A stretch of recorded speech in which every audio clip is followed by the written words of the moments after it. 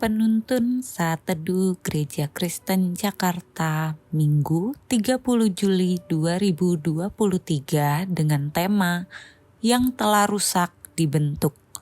Firman Tuhan terambil dari Yeremia 18 ayat 1-6 berkata demikian. Firman yang datang dari Tuhan kepada Yeremia bunyinya, "Pergilah dengan segera ke rumah tukang periuk. Di sana aku akan memperdengarkan perkataan-perkataanku kepadamu." Lalu pergilah aku ke rumah tukang periuk, dan kebetulan ia sedang bekerja dengan pelarikan. Apabila bejana yang sedang dibuatnya dari tanah liat di tangannya itu rusak, maka tukang periuk itu mengerjakan kembali menjadi bejana lain menurut apa yang baik pada pemandangannya.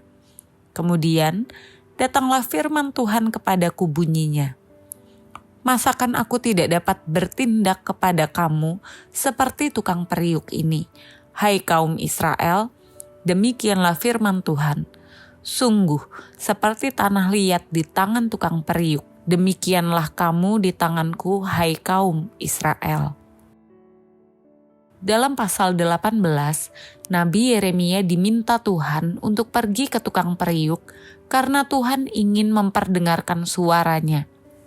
Yeremia datang tepat ketika tukang periuk sedang bekerja membuat sebuah bejana.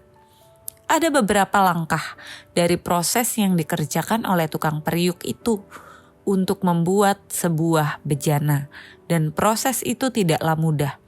Ketika tanah liat tidak mengikuti bentukan dari tangan tukang periuk dan menjadi rusak, maka prosesnya akan diulang kembali.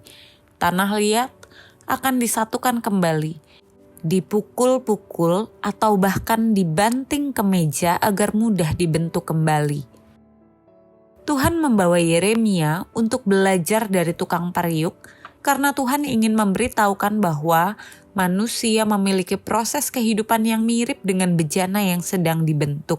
Seperti tanah liat tidak secara otomatis berubah menjadi bejana yang indah, tetapi tanah liat harus melalui beberapa proses sehingga dapat menjadi sebuah bejana yang berkualitas. Jika satu langkah saja dilewatkan, maka tukang periuk tidak akan memperoleh sebuah bejana yang baik dan perlu diulang lagi pembentukannya.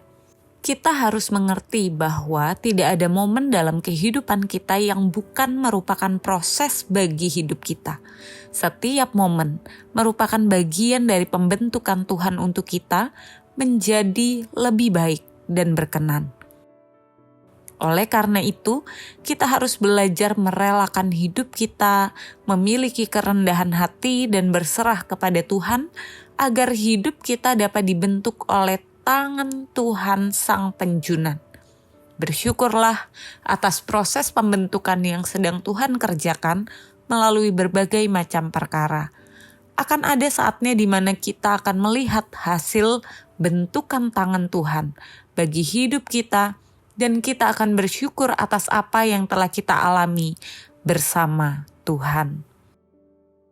Di tangan Tuhan Sang Penjunan, hidup kita pasti semakin berkenan.